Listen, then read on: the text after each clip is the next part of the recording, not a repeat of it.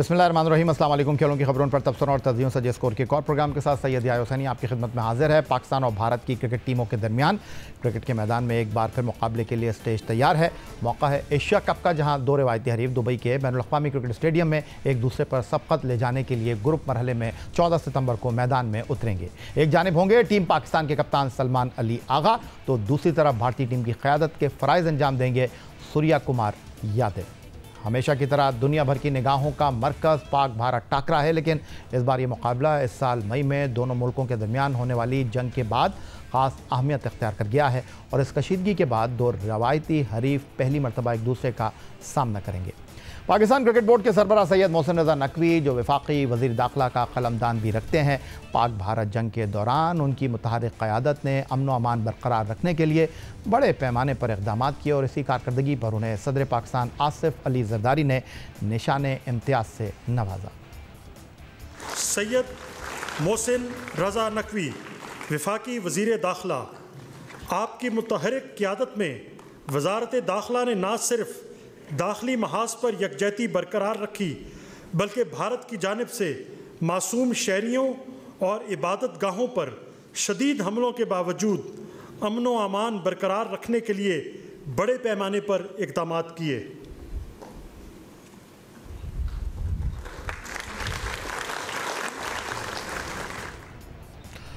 Chairman Pakistan cricket board Syed Mohsin Raza Naqvi, जिन्होंने इस साल चैंपियंस ट्रॉफी के दौरान भारतीय क्रिकेट बोर्ड पर पाकिस्तान का दो टोक मौक़िफ़ वाज़ेह किया था कि पाकिस्तान भारत नहीं जाएगा, अगर भारत की टीम पाकिस्तान नहीं आएगी तो ये सूरत हाल रहेगी।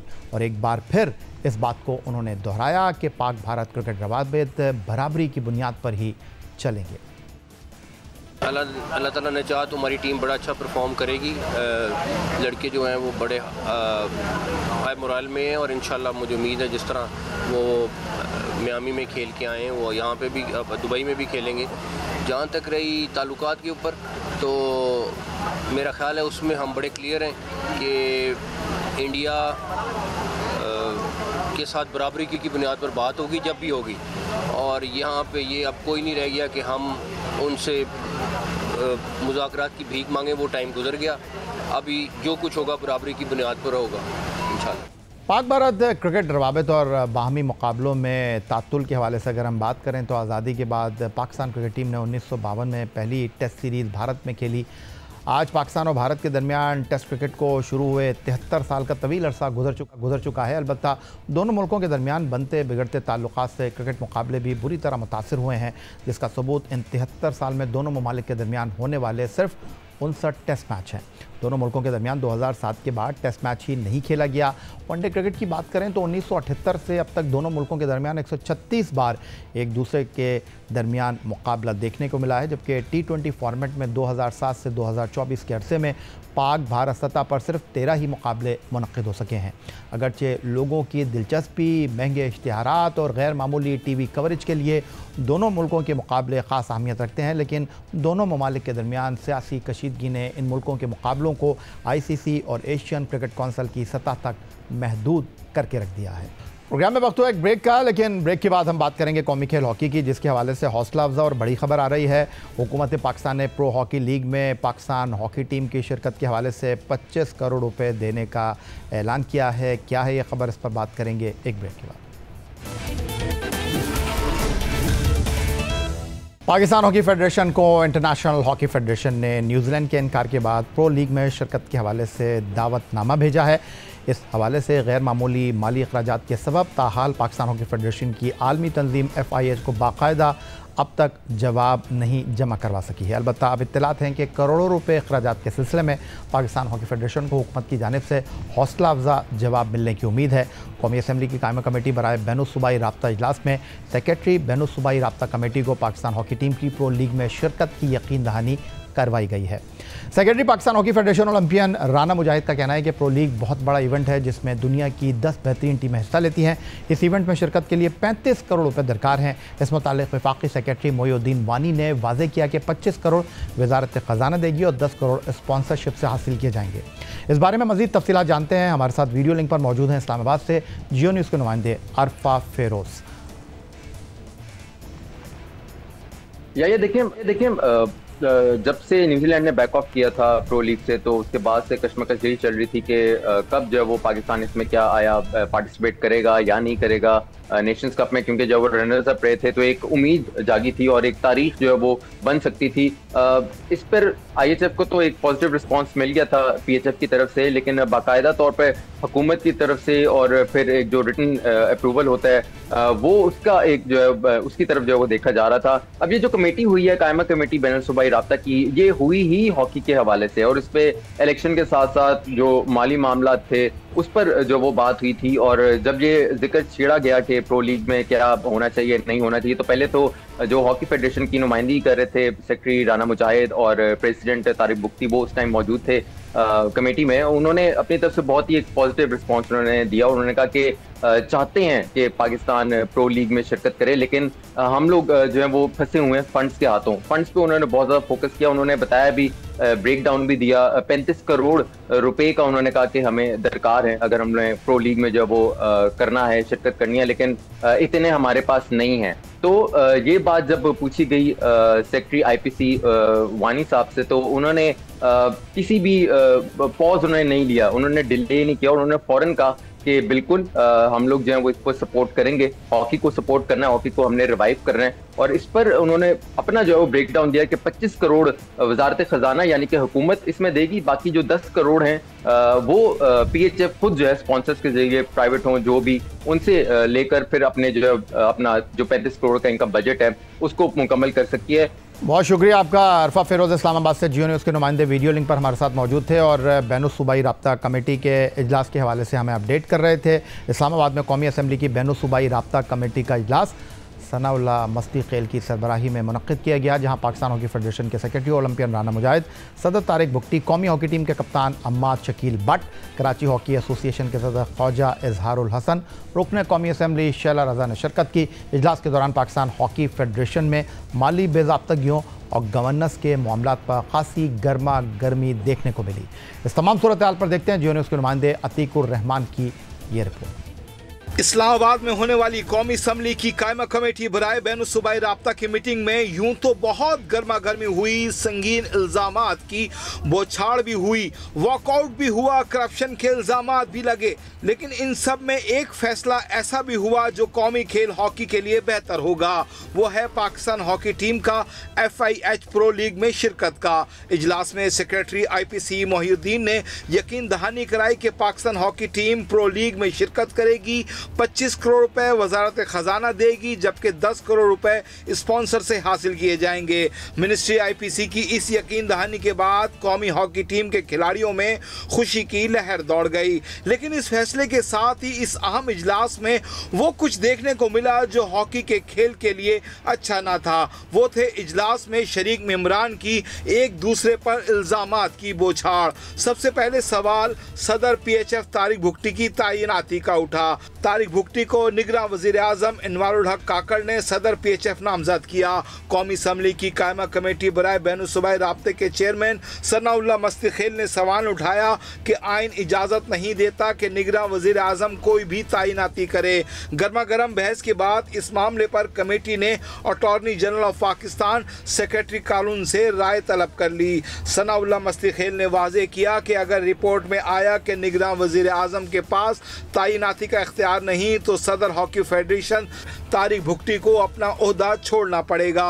इसी दौरान मेंबर कमेटी और रुकने कौमी असम्बली शैला रजा ने हॉकी खिलाड़ियों को डेली अलाउंस ना मिलने पर मौजूदा हॉकी फेडरेशन के ओहदेदारान पर शदीद तनकीद की और संगीन इल्जामात की बौछार कर दी। हॉकी फेडरेशन की ऑडिट रिपोर्ट पर लगे FIA के एतराज़ात की तहकीकात मुकम्मल करने का मुतालबा किया। करोड़ों रुपए की हॉकी की खरीदो फरोख्त, जाली बैंक अकाउंट खोले जाने और खिलाड़ियों के बैरून मुल्क फरार होने के इंकशाफात भी किए। सेक्रेटरी PHF राना मुजाहिद ने भी लफ्जी हमले किए।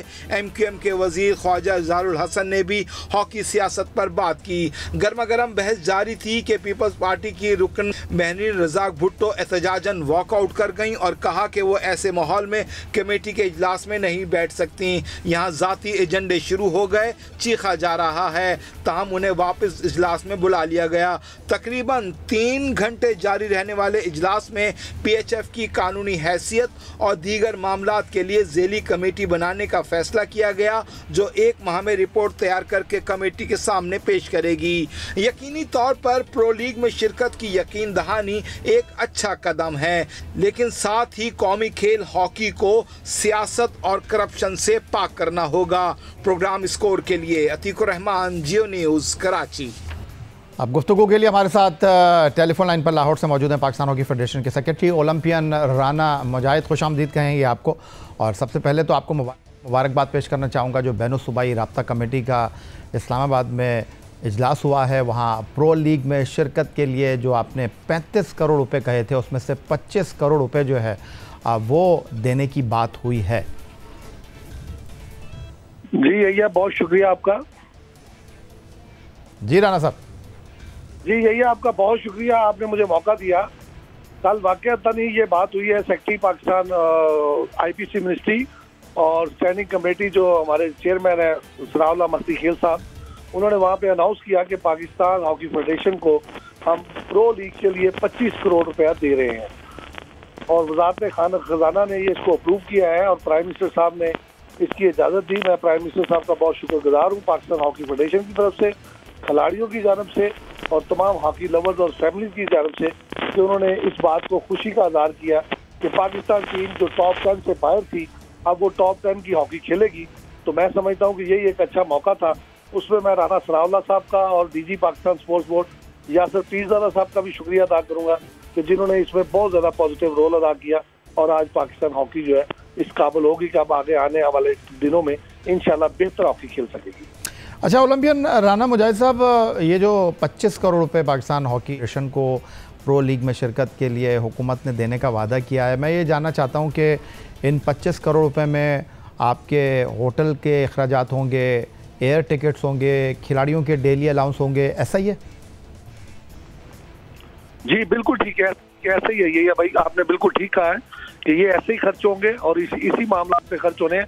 लेकिन इसमें हमने 2-3 चीज़ों की और डिमांड की हुई है कि हम इसमें अपने साथ फॉरेन कोच भी लेना चाहते हैं जो गोलकीपर हो, और ट्रेनर लेना चाहते हैं, फिजियोथेरेपिस्ट लेना चाहते हैं, ताकि एक अच्छा स्क्वाड हो जिसमें हम असिस्ट करने के लिए भी एक हम बाहर से ले सकते हैं, ताकि हम उसको वो पेमेंट करें और हमारे खिलाड़ियों को वो तमाम चीज़ें मिलें जिनसे ये मुकाबला कर सकें।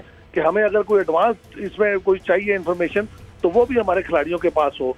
हमें तमाम वो चीज़ें करनी है इसमें, वो भी हमने लिख के दिया उनको कि इसके लिए भी हमें ये है, तो वो सारी चीज़ें इसमें शामिल थी। तो मैं समझता हूँ कि ये बहुत अच्छा एक काम है। और बाकी जो पैसे रह गए हैं जो नहीं हो सकेंगे, वो इंशाल्लाह ताला पाकिस्तान हॉकी फेडरेशन ने गारंटी की है कि हम स्पॉन्सरशिप के जरिए इसको इकट्ठा करेंगे। अच्छा, ये जो आप बात कर रहे हैं ओलंपियन राना मुजाहिद साहब के, जो बाकी 10 करोड़ रुपए हैं वो पाकिस्तान हॉकी फेडरेशन ने जिम्मेदारी ली है, स्पॉन्सरशिप से इन 10 करोड़ रुपयों को पूरा करने की कोशिश की जाएगी। लेकिन इंतहाई माजरत के साथ, अदब के साथ मैं आपके सामने सवाल रख रहा हूँ कि चंद लाख रुपए हॉकी खिलाड़ियों के डेली अलाउंस के तो फेडरेशन अरेंज नहीं कर सकी, तो ये 10 करोड़ रुपए की जो रकम है वो स्पॉन्सरशिप की मद में कैसे उसका अरेंज कर सकेगी? नहीं, यही है, इसमें थोड़ी सी मिसपरसेप्शन है कि हमने जो अरेंज किए थे खिलाड़ियों की डेली अलाउंस के लिए, वो हमने मलेशिया में होटल की पेमेंट की है। उस वक्त भी हमने खिलाड़ियों को डेली अलाउंस दे देना था। लेकिन क्योंकि जब एक इमरजेंसी में सबसे पहले आप प्रायोरिटी सेट करते हैं कि या तो आप टीम को खिला लें या फिर आपको डेली अलाउंस देना पड़ेगा, तो हमने आज डोमेस्टिक डेली अलाउंस उनको दे दिए हैं। इंशाल्लाह ताला पाकिस्तान हॉकी फेडरेशन के पास इस 1 महीने के अंदर पैसे आ रहे हैं और खिलाड़ी इसमें पूरे तामन कर रहे हैं। आपने कल देखा होगा कि आज कील भट्ट खुद आए हुए थे, उन्होंने कहा था मैं खुद अपना बयान देना चाहता हूँ कि हमें कोई ऐसी टेंशन नहीं है, हम फेडरेशन के साथ हैं। टीम को जो मौका मिलना चाहिए वो जरूर मिलना चाहिए कि खिलाड़ियों को डेली अलाउंस मिले और खिलाड़ी आगे खेलें, इसकी कोई शक नहीं है। और हमने भी बारहा कहा है, प्रेसिडेंट पाकिस्तान हॉकी फेडरेशन ने कहा है कि खिलाड़ी हमारे माथे का झूमर है और हम इनका हर मफाद का ख्याल करेंगे और करेंगे भी और कर भी रहे हैं। और इंशाल्लाह ताला खिलाड़ी भी इस मामले में भरपूर तावन कर रहे हैं। उनको पता है कि हमारी फेडरेशन के पास जैसे ही पैसे आए, और हमने अब आगे मुआहदे करने शुरू कर दिए हैं।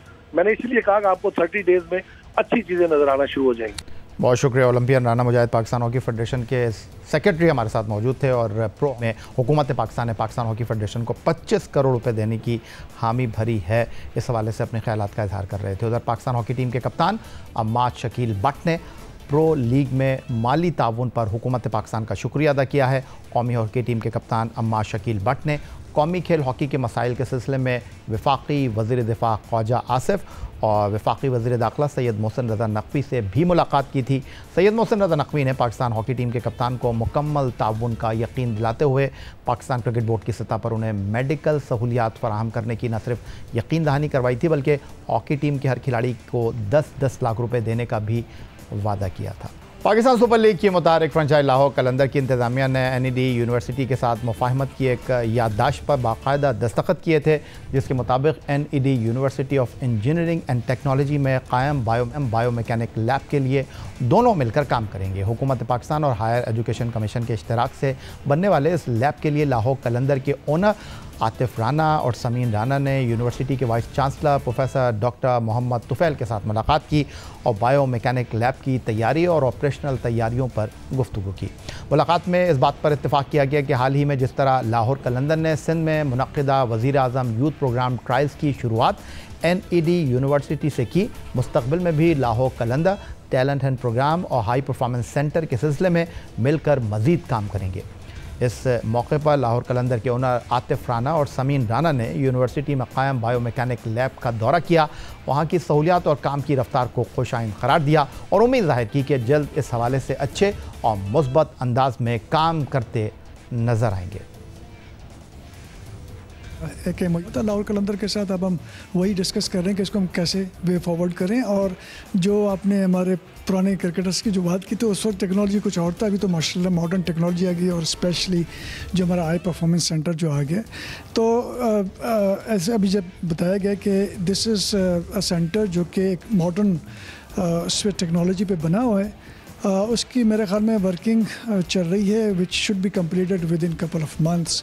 तो वी आर लुकिंग फॉरवर्ड के इनके साथ मिलके लाहौर कलंदर के साथ मिलके by the end of this year इंशाल्लाह हम इसको वर्केबल बनाएंगे। एंड देन ऑब्वियसली जो यहाँ के साउथ के बच्चे स्पेशली सिंध रीजन के बलूचिस्तान रीजन के बच्चे उसको फैसिलिटेट होंगे। तो I am looking forward for this collaboration और मेरा ख्याल है कि by the end of this year वो फुल फ्लेज्ड एक्टिवेट हो जाएगा इंशाल्लाह। इसी सिलसिले में मैं और समीन यहाँ पे आए हैं कि हम देख सकें कि फैसिलिटीज़ कहाँ तक पहुँची है। बायोमैकेनिक्स लैब भी आ गई है, वो भी उनका इंस्टॉल हो रही है। सो हमारी तरफ से एज सच कोई देर नहीं है। अब डॉक्टर साहब जो हैं वही आपको बताएंगे और आपको पता है कि हम कोई भी काम जब करते हैं तो उससे पहले उसका होमवर्क ज़रूर करते हैं, टिक इन द बॉक्स नहीं करते। तो हमारा एक विशन है, एक प्लान है कि सिंध के नौजवानों को और बिलखुसूस कराची के नौजवानों को एक प्लेटफॉर्म मुहैया करना। सो NED से बेहतर जगह क्या हो सकती है। तो इंशाल्लाह बहुत जल्द आप देखेंगे कि जैसी फैसिलिटीज़ कंप्लीट होती हैं सो हमारी अनाउंसमेंट आ जाएगी और कराची के बच्चों को भी उनकी दहलीज़ पे हाई परफॉर्मेंस सेंटर अवेलेबल होगा। सिंध और कराची बिलखुसूस हमारे लिए उतना ही प्यारा है जितना कि लाहौर या पंजाब है। और हमें बहुत अरसे से 10 सालों से हमारे इतनी फ़ैन फॉलोइंग सिंध के अंदर है, वो हमें रिक्वेस्ट करते थे कि आप कराची में क्यों नहीं आते, आप सिंध में क्यों नहीं आते। तो कुछ महीने पहले जिस तरह आपने बताया कि हमने आके एक MOU साइन किया था जिसमें कॉन्सेप्ट ये था कि सिंध के लिए भी लाहौर कलंदर जो है वो अपनी तरफ से जो कुछ कर सकता है वो कर दे। और हमारी बड़ी खुशकिस्मती थी कि हमें NED जैसा इदारा मिला। और अब आपने देखा कि ट्रायल जब हुए तो हमने NED से स्टार्ट किया। तो कोशिश ये है हमारी कि जो काम हम पंजाब में करते रहे हैं 10 सालों से कर रहे हैं उसमें जो लर्निंग है उधर वो हम यहाँ पे आके करें और इसको इम्प्लीमेंट करें। और मुझे बड़ी उम्मीद है कि इस हाई परफॉर्मेंस सेंटर में जितनी भी हमारी पुरानी लर्निंग थी उसको हम एक नई तरीके से एक नए लेवल पे लेके जा सकते हैं, जिससे ना सिर्फ कराची के बल्कि पूरे सिंध के बच्चों का फ़ायदा होगा। और इधर से भी टैलेंट जो है वो इंशाल्लाह आपको देखेंगे कि लाहौर कलंदर की तरफ से खेलता हुआ PSL में। यही था आज का हमारा प्रोग्राम। एक्स अकाउंट पर आप हमें फॉलो कर सकते हैं, ईमेल कर सकते हैं, अपनी राय से आगाह कर सकते हैं score@geo.tv पर। इस दुआ इस उम्मीद इस तवक्को के साथ कि पाकिस्तान में खेल और खिलाड़ी तरक्की करते रहें। सैयद या हुसैनी को स्कोर की पूरी टीम के साथ अगले प्रोग्राम तक के लिए इजाज़त दीजिए। अल्लाह हाफ़िज़।